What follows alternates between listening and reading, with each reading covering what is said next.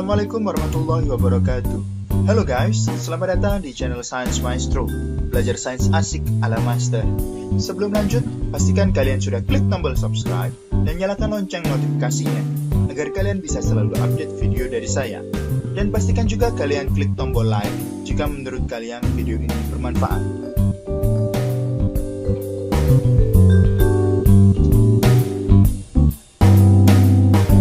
Pada video kali ini kita akan membahas tentang virus, bagian pertama.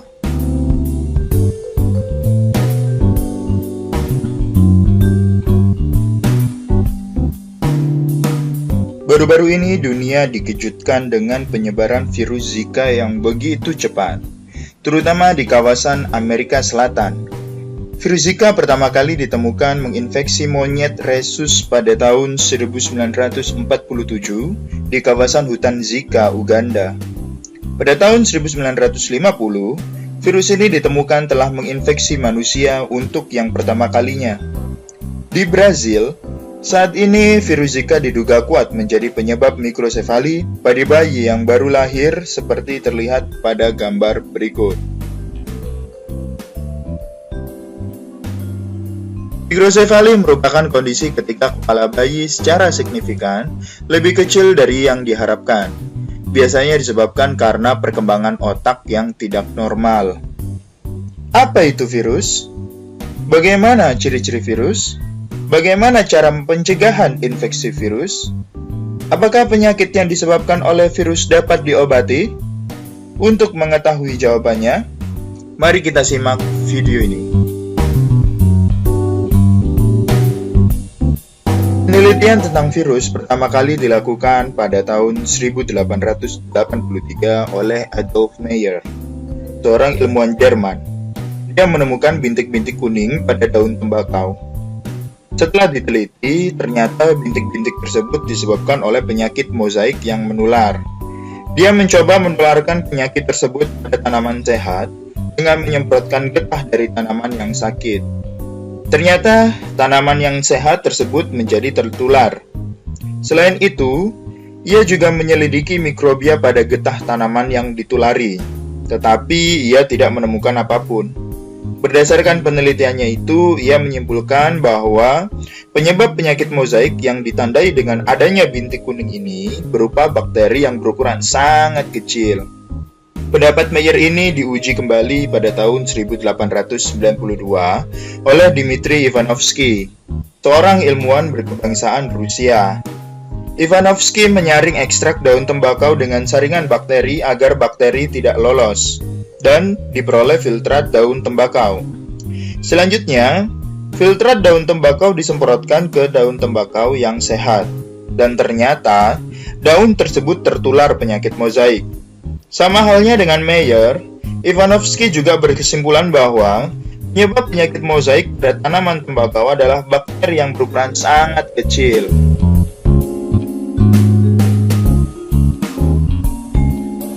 Pada tahun 1935, ilmuwan Amerika Serikat, W.M. Stanley, berhasil mengisolasi dan mengkristalkan virus penyebab mozaik pada daun tembakau. Stanley memberi nama virus tersebut dengan nama Tobacco Mosaic Virus atau TMV. Keberhasilan Stanley mendorong semakin berkembangnya cabang biologi yang mempelajari tentang virus atau virologi. Sifat-sifat virus. Hingga saat ini, penggolongan virus sebagai benda hidup atau benda tidak hidup masih belum pasti. Virus disebut sebagai benda hidup karena mampu melakukan perbanyakan diri. Adapun virus disebut sebagai makhluk tidak hidup karena beberapa alasan berikut. Yang pertama, virus bukan berupa sel atau aseluler. Suatu benda dikatakan hidup jika terdiri atas sel, sedangkan virus tidak terdiri atas sel. Selain itu, virus tidak melakukan metabolisme dan sangat tergantung pada hospesnya untuk tetap hidup. Yang kedua, virus hanya dapat memperbanyak diri dalam tubuh makhluk hidup. Virus dapat hidup hanya di dalam sel hidup.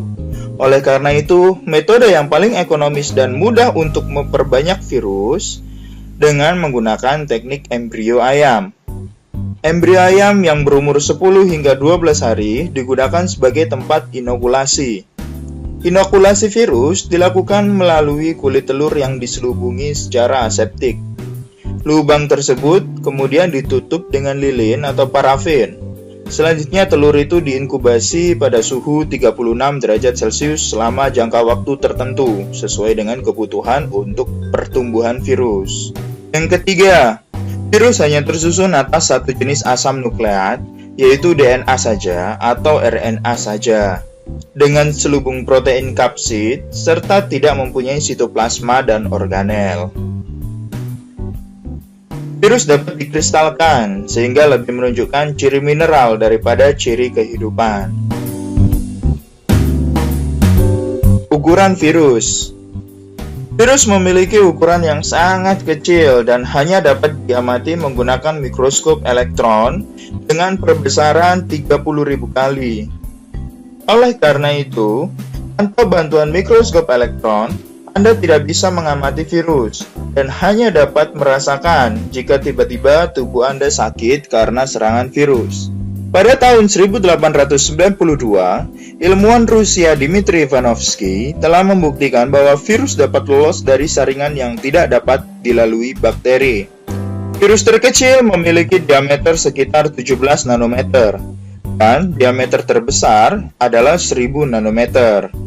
Dengan 1 nanometer sama dengan 10 pangkat minus 9 meter.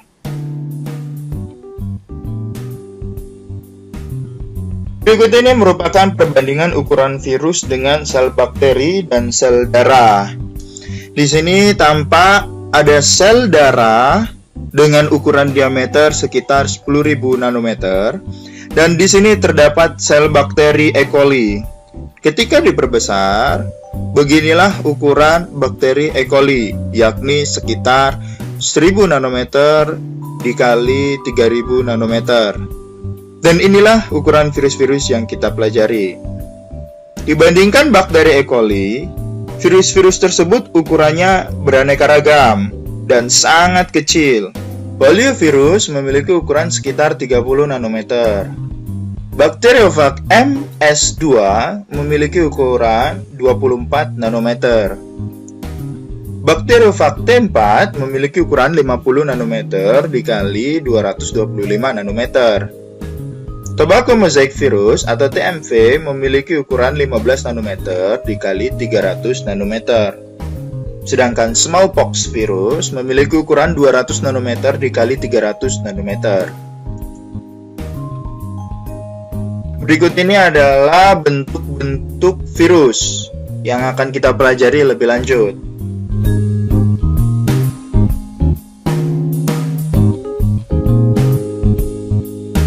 Ini merupakan beberapa bentukan virus. Tubuh virus mempunyai bentuk bermacam-macam. Jika diamati menggunakan mikroskop elektron, tubuh virus mempunyai bentuk bermacam-macam. Jika diamati menggunakan mikroskop elektron, tubuh virus mempunyai bentuk bermacam-macam. Jika diamati menggunakan mikroskop elektron, tubuh virus ada yang berbentuk bola, seperti pada virus Human Immunodeficiency Virus atau virus HIV. Atau di sini ada virus influenza atau influenza virus. Ada yang berbentuk seperti huruf T, misalnya pada virus Bacteriophage. Ada yang berbentuk polihedral, seperti pada virus adenovirus. Ada yang berbentuk batang, seperti pada tobacco mosaic virus atau TMV. Ada yang berbentuk seperti benang atau filamentus, seperti pada Ebola virus atau virus Ebola.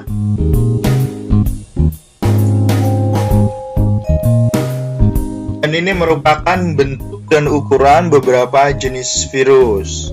Ada variola virus, ada herpes virus, ada rabies, ada measles, HIV-1, SARS, rotavirus, adenovirus, influenza virus, Ebola virus, papilloma virus, dengue virus atau Zika virus, hepatitis C virus, hepatitis B virus, hepatitis A virus, atau poliovirus, parvovirus.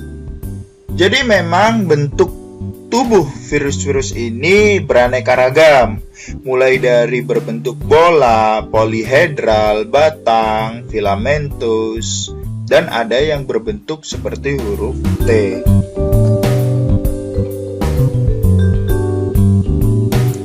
Virus tidak dapat memiliki bagian-bagian penyusun sel seperti sitoplasma dan organel. Selain itu, virus tidak melakukan metabolisme, sehingga virus tidak dapat dikatakan sebagai sel. Apabila virus berada di luar sel hospes, virus hanya berupa partikel biasa yang disebut virion. Sebagai contoh, kita ambil virus jenis bakteriophag dengan virus jenis influenza. Kita mulai dari bagian kepala. Pada bagian kepala virus, baik virus bakteriophag maupun virus influenza, berisi asam nukleat yang diselubungi oleh protein yang disebut kapsid. Kapsid ini tersusun atas unit-unit protein yang disebut kapsomer. Kapsid inilah yang memberi bentuk virus. Di dalam protein kapsid terdapat asam nukleat yang mengendalikan aktivitas replikasi virus. Pada bakteriophag, asam nukleat berupa DNA, sedangkan pada influenza, asam nukleat berupa RNA. Pada virus bakteriophag, bagian kepala merupakan nukleokapsid telanjang karena tidak diselubungi membran pembungkus. Nukleokapsid merupakan asam nukleat yang diselubungi oleh protein kapsid. Bagian leher berfungsi untuk menghubungkan bagian kepala dengan bagian ekor. Sedangkan ekor sendiri berfungsi untuk melekatkan diri dan menginfeksi sel yang diserang oleh virus. Bagian ini memiliki struktur tambahan berupa selubung ekor, lempeng dasar, dan serabut ekor. Pada setiap ujung serabut ekor terdapat reseptor yang berfungsi untuk menerima rangsangan.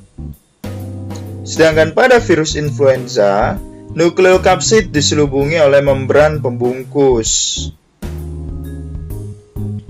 Selain itu, beberapa virus memiliki nukleokapsid yang diselubungi membran, disebut sebagai sampul virus. Jadi, tubuh virus tersusun dari senyawa-senyawa berikut. Yang pertama, asam nukleat, yaitu DNA atau RNA. Yang kedua, protein, merupakan komponen utama penyusun kapsid. Yang ketiga, lipid. Terdapat beberapa virus dalam bentuk fosfolipid, glikolipid, asam lemak, kolesterol, dan lemak alami lainnya. Dan yang terakhir, karbohidrat dalam bentuk ribosa atau deoksiribosa dalam asam nukleat. Klasifikasi virus. Ciri yang telah diuraikan sebelumnya merupakan ciri umum virus. Setiap virus mempunyai ciri khusus. Beberapa ciri-ciri khusus tersebut dapat digunakan sebagai dasar pengklasifikasian virus. Berdasarkan kandungan asam nukleatnya, virus diklasifikasikan menjadi dua, ribovirus dan deoksiribovirus. Pada ribovirus atau virus RNA, yaitu virus yang memiliki asam nukleat berupa RNA. Contoh ribovirus yaitu coronavirus, orthomyxovirus, EMV, paramyxovirus, rhabdovirus, dan arenavirus. Pada deoksiribovirus atau virus DNA, yaitu virus yang memiliki asam nukleat berupa DNA. Contoh deoksiribovirus yaitu herpes virus, bakteriophag, papovavirus, adenovirus, dan poxvirus. Berdasarkan bentuk dasarnya, virus diklasifikasikan sebagai berikut. Ada virus berbentuk ikosahedral. Virus ini memiliki bentuk tata ruang yang dibatasi oleh 20 segitiga sama sisi dengan sumbu rotasi ganda. Contohnya pada coronavirus dan adenovirus. Bentuk helikal. Virus ini memiliki bentuk menyerupai batang panjang, nukleokapsidnya tidak kaku, berbentuk heliks, dan memiliki satu sumbu rotasi. Pada bagian atas terlihat RNA virus dengan kapsomer. Misalnya pada Artemyxovirus atau TMV. Virus kompleks. Virus ini memiliki bentuk struktur amat kompleks dan umumnya lebih kompleks dibanding virus lainnya. Contohnya pada poxvirus yang mempunyai selubung yang menyelubungi asam nukleat. Berdasarkan keberadaan selubung yang melapisi nukleokapsid, virus dibedakan menjadi dua. Virus berselubung atau bersampul yang mempunyai selubung yang tersusun dari lipoprotein atau glikoprotein. Contohnya herpesvirus, orthomyxovirus, paramyxovirus, rhabdovirus, coronavirus, atau retrovirus. Virus telanjang. Nukleokapsidnya tidak diselubungi oleh lapisan yang lain. Contohnya pada papovavirus, adenovirus, picornavirus, atau reovirus. Berdasarkan jumlah kapsomernya, virus diklasifikasikan sebagai berikut. Virus dengan 252 kapsomer. Contohnya adenovirus. Virus dengan 162 kapsomer. Contohnya herpes virus. Virus dengan 72 kapsomer. Contohnya papovavirus. Virus dengan 60 kapsomer. Contohnya coronavirus. Virus dengan 32 kapsomer. Contohnya parvovirus. Berdasarkan sel inangnya, virus diklasifikasikan sebagai berikut. Virus yang menyerang manusia. Contohnya hepatitis virus yang menyebabkan penyakit hepatitis. Virus yang menyerang hewan. Contohnya paramyxovirus yang menyebabkan NCD atau Newcastle disease pada unggas. Virus yang menyerang tumbuhan. Contohnya TMV yang menyebabkan penyakit mozaik pada tanaman tembakau. Virus menyerang bakteri. Contohnya virus T atau bakteriofag. Berikut ini merupakan bentuk dari berbagai virus, seperti halnya virus HIV, virus hepatitis B, virus Ebola, adenovirus, virus influenza, dan virus bakteriofag.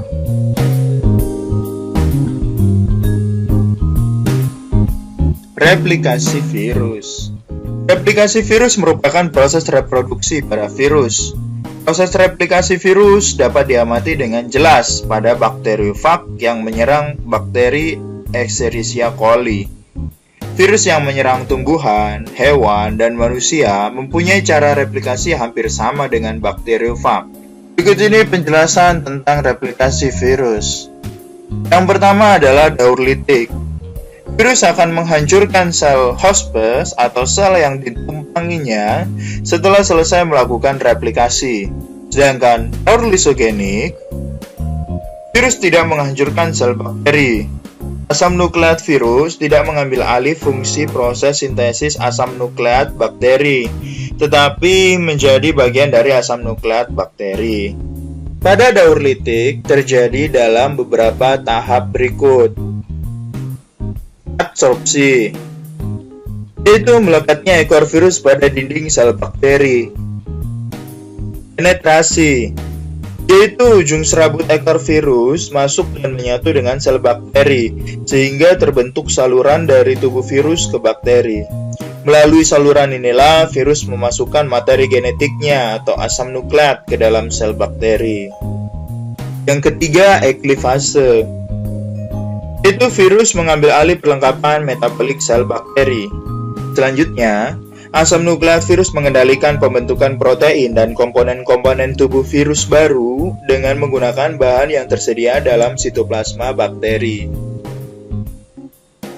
Selanjutnya, pembentukan, yaitu pembentukan bagian-bagian tubuh virus baru. Lalu ada perakitan, yaitu bagian-bagian tubuh virus yang telah terbentuk selanjutnya akan membentuk virus-virus bakteriofag yang lengkap. Dan terakhir ada fase lisis, yaitu pecahnya sel bakteri yang mengeluarkan virus-virus baru yang akan menginfeksi bakteri lain dan mulai kembali daur litik. Adapun tahapan daur lisogenik adalah sebagai berikut. Yang pertama adalah tahapan adsorpsi dan penetrasi, yang mana prosesnya sama dengan daur litik. Selanjutnya proses penggabungan, yaitu asam nukleat virus bergabung atau menyisip pada asam nukleat bakteri. Gabungan kedua asam nukleat ini disebut profag. Pembelahan. Pada saat bakteri membelah diri, profag ikut membelah sehingga menghasilkan bakteri-bakteri yang mengandung profag. Sintesis, yaitu asam nukleat virus secara alami atau pada keadaan tertentu dapat memisahkan diri dari asam nukleat bakteri untuk memasuki daur litik. Selanjutnya, asam nukleat virus akan membentuk partikel-partikel virus baru. Dan tahap yang terakhir ada perakitan dan juga lisis yang prosesnya sama dengan daur litik.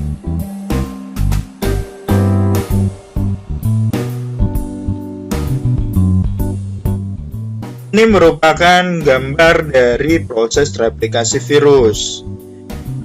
Di sini terdapat siklus litik. Di sini terdapat siklus litik yang ditandai dengan warna merah. Dan di sini ada siklus lisogenik yang ditandai dengan warna biru. Pada tahapan awal, yaitu tahap adsorpsi, bakteriofag akan melekat pada suatu bakteri. Selanjutnya, pada tahap penetrasi, DNA bakteriofag dimasukkan ke dalam sel inang, ini yang berwarna merah. Dan jika masuk ke dalam siklus litik, maka tahap selanjutnya adalah tahap replikasi dan sintesis, yaitu membuat komponen-komponen virus, sehingga komponen tersebut lengkap dan siap untuk dirakit. Hingga tahap terakhir, yakni tahap pematangan yang diikuti dengan tahap lisis. Terbentuk partikel virus yang utuh dan sel inang akan pecah. Dan virus bakteriofag yang baru siap untuk menginfeksi sel inang berikutnya. Sedangkan pada siklus lisogenik, setelah tahap penetrasi, DNA bakteriofag akan disisipkan pada kromosom bakteri sehingga membentuk profag, yaitu gabungan antara DNA bakteriofag dengan kromosom sel bakteri. Selanjutnya, kromosom yang telah disisipi profag akan melakukan replikasi yang terjadi terus-menerus selama ada pembelahan sel, sehingga sel yang baru memiliki profag. Pada kasus tertentu, profag akan dapat memisahkan diri dari kromosom sel bakteri untuk selanjutnya memasuki siklus litik.